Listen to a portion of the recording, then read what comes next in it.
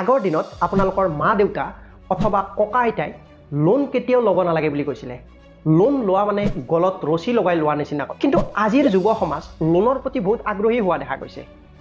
যিকোনো কামতে লোন লয়, বাই নাও পে লেটাৰ ইউজ কৰে, ক্ৰেডিট কাৰ্ড ইউজ কৰে। 2023 চনত বিজনেছ টুডেৰ এটা ৰিপৰ্টত পাব্লিছ হৈছিল যে 2022 চনত ভাৰতবৰ্ষৰ মানুহৰ লোনৰ আউটষ্টেণ্ডিং এমাউণ্ট আছিল, অৰ্থাৎ লোন ঘূৰাব লগা পইচা বাকী আছিল 1.64 লাখ কৰোৰ, আৰু এইটো 2023 চনত 2.10 লাখ কৰোৰ হৈছিলে। অলমষ্ট 28% ইনক্ৰিজ হৈ গৈছিলে। গতিকে ইয়াতে ভাবিবলগীয়া কথা যে কি হাৰত ভাৰতবৰ্ষত মানুহে লোন লোৱা আৰম্ভ কৰিছে। ইয়াৰ লগতে ভাৰতবৰ্ষত লোন ডিফল্টাৰৰ সংখ্যাও বাঢ়ি গৈছে।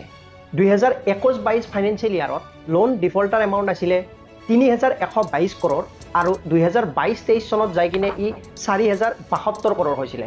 অলমষ্ট 950 কৰোৰ ডিফল্টাৰ এমাউণ্ট বাঢ়ি গৈছিলে। কিন্তু ইমান সহজ পদ্ধতিৰে লোন বা ক্ৰেডিট কাৰ্ড আমাৰ মাজলৈ আহিল কেনেকৈ আৰু কিয় আহিলে? 2015 চনত বেংকসমূহে ইণ্ডাষ্ট্ৰীসমূহক লোন দিছিলে 43.55% আৰু পাৰ্চনেল লোন দিছিলে 19.11%। কিন্তু বছৰ বাগৰাৰ লগে লগে বেংকসমূহত নন পাৰফৰ্মিং এছেটছ বাঢ়িবলৈ ধৰিলে আৰু বেংকসমূহৰ লছ হ'বলৈ ধৰিলে।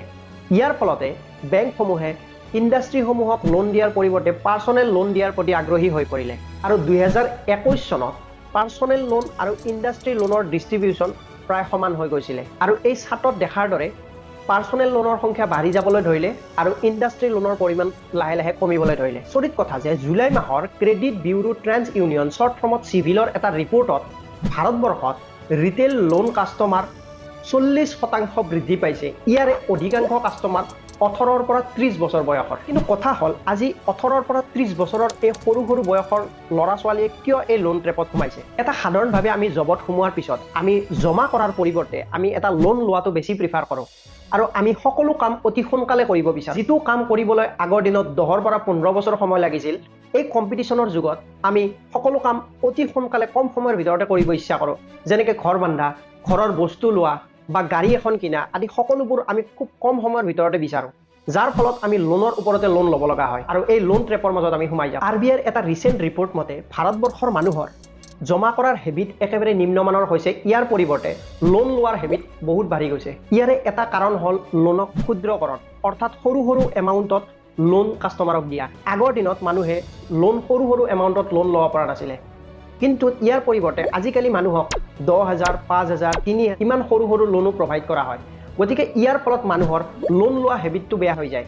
সৰু সৰু লোন লৈ মানুহে ডাঙৰ লোন ল'বলৈও ভয় নকৰা হৈ যায়, যাৰ ফলত মানুহে এটা ডাঙৰ ডাঙৰ লোনৰ ট্ৰেপত সোমাই যায়।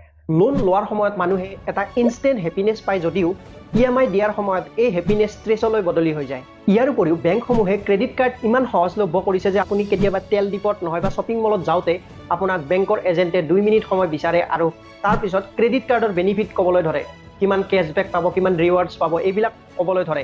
তাৰপিছত মাইণ্ডটো ডাইভাৰ্ট হৈ যায়, আপুনি সেই ক্ৰেডিট কাৰ্ডটো ল'বলৈ বাধ্য হৈ যায়। আৰু ক্ৰেডিট কাৰ্ডত 60 ডেইজ বা কিছুমানত 45 ডেইজৰ এটা ইণ্টাৰেষ্ট ফ্ৰী পিৰিয়ড পোৱা যায়, যাৰ ফলত আপোনাৰ হাতত যেতিয়া ক্ৰেডিট কাৰ্ডখন থাকিব আৰু তাৰপিছত আপুনি যেতিয়া অনলাইন শ্বপিং ৱেবছাইটবিলাকত যেতিয়া অফাৰ দেখিব যে ক্ৰেডিট কাৰ্ডত ইমান অফাৰ আছে, অফলাইন ষ্ট'ৰতো আপোনাৰ যেতিয়া ক্ৰেডিট কাৰ্ডত অফাৰ দিব, তেতিয়া আপোনাৰ যেতিয়া হাতত ক্ৰেডিট কাৰ্ডটো থাকে আপুনি সেই ক্ৰেডিট কাৰ্ডেৰে আপুনি অলাগতিয়াল বস্তু ল'বলৈ বাধ্য হৈ যায় বা আপোনাৰ মনটো টানি লৈ যায়। তাৰপিছত যেতিয়া 60 ডেইজৰ পিছত আপুনি সেইটো ফুল ৰিপে'মেণ্ট কৰিব লাগিব। যদি আপুনি সেইটো ফুল ৰিপে'মেণ্ট কৰিব নোৱাৰে, আপোনাৰ তাতে হাই লেভেলৰ এটা ইণ্টাৰেষ্ট লাগি যাব, নহ'লে আপুনি সেইটো EMIত কনভাৰ্ট কৰি ল'ব লাগিব। আল্টিমেটলি আপুনি ইয়াৰ পৰাও এটা লোন ট্ৰেপত সোমাই গ'ল।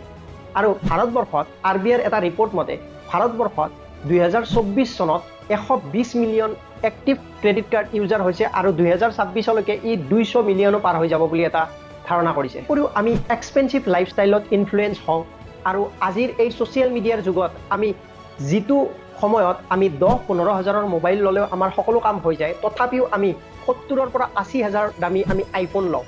EMIত অলপ মান্থলি EMI দিব লাগিব বুলি আমি 70-80 হাজাৰৰ আইফোন এটা লৈ লওঁ।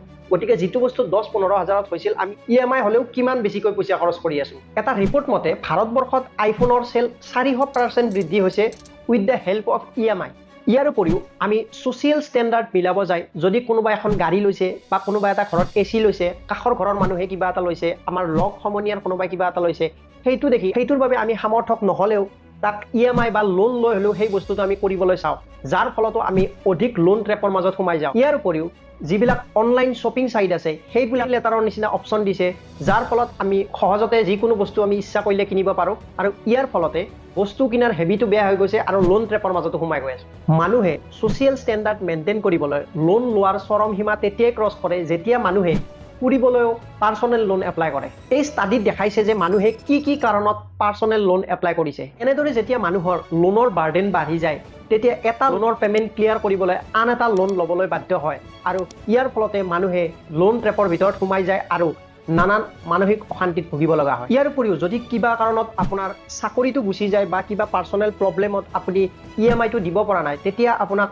এই লোন এজেন্ট কোম্পানীয়ে বহুত প্ৰেছাৰ ক্ৰিয়েট কৰে আৰু এই প্ৰেছাৰ ক্ৰিয়েটৰ ফলত আপুনি মানসিক অশান্তিত ভুগে আৰু অৱশেষত চৰম সিদ্ধান্ত লৈ বহুত মানুহে সুইচাইডো কৰে এই ৰিপৰ্টসমূহত দেখা যায় যে কিমান মানুহে নিজৰ লোন EMI-টো দিব পৰা নাই লোন EMI ফেইল হৈছে যাৰ ফলত সুইচাইডৰ নিচিনা সিদ্ধান্ত ল'ব লগা আচলতে মানুহবোৰে কিছুমান বস্তু ল'বলৈ বা কৰিবলৈ বৰ খৰধৰ কৰে যাৰ ফলত লোনৰ সহায় লয় যিটো একেবাৰে উচিত নহয় লোন লোৱাটো বেয়া নহয় কিন্তু অলাগতিয়াল কামত লোন ল'ব নালাগে সকলো মানুহৰে সকলো বস্তু ল'বৰ ইচ্ছা যায় আপোনাৰ ক্ষমতা অনুযায়ীহে সেই বস্তুটো আপুনি ল'ব লাগে অলপকৈ জমা কৰি সেই বস্তুটো ল'বলৈ ট্ৰাই কৰিব লাগে লোন বেয়া নহয় যদি আপোনাৰ সেই লোনৰ পৰা বেনিফিট হয় তেতিয়াহ'লে সেইটো লোন আপোনাৰ কাৰণে বহুত ভাল কিন্তু অলাগতিয়াল বস্তুত লোন লৈ আপুনি এনে বাৰ্ডেন বঢ়াই কিনে আপুনি জীৱনটো ধ্বংসৰ মুখে ঠেলাটো উচিত নহয় গতিকে এইখিনি আছিল আজিৰ ভিডিওটো যদি আপোনাৰ ভিডিওটো ইনফৰ্মেটিভ লাগিছে তেতিয়াহ'লে লাইক কৰিবলৈ নিশ্চয় নাপাহৰিব আৰু যদি আপুনি ফেচবুকত চাই আছে তেতিয়াহ'লে ফলো কৰিবলৈ নিশ্চয় নাপাহৰিব আৰু ইউটিউবত যদি চাই আছে আপুনি সাবস্ক্ৰাইব কৰিবলৈ নিশ্চয় পাহৰিব থ্যাংক ইউ